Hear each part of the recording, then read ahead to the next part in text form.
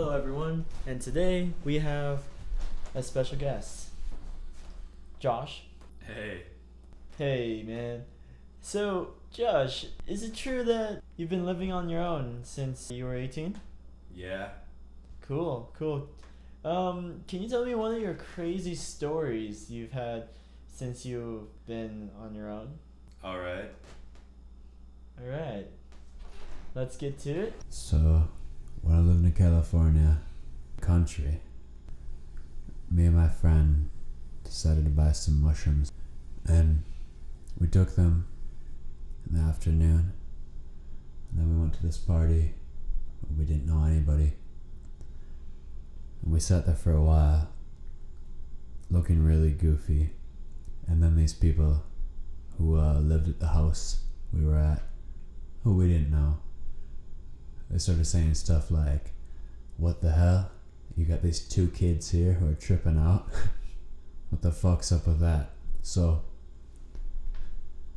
my friend, I have no idea where he went at the time, but I felt weird. So walking down the road, I took a few miles to go back to my house, where I lived in a tent at the time, and I went back there,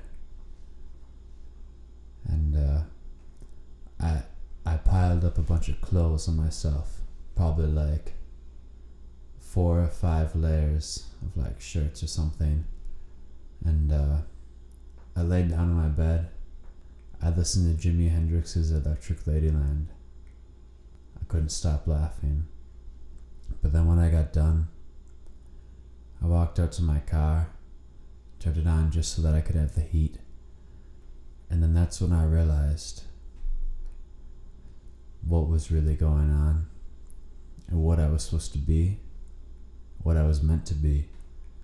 And I lived with a dog who was a pit bull named Tango, and I tried to convince him to come into my car so that he could feel the heat, but he was a little freaked out.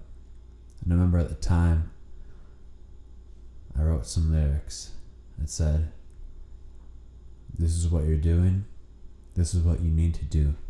This is your purpose on this earth. And your purpose is to make some sort of art to relieve the misery of others so that you can make this world a better place." And ultimately, the dog would not come into my car.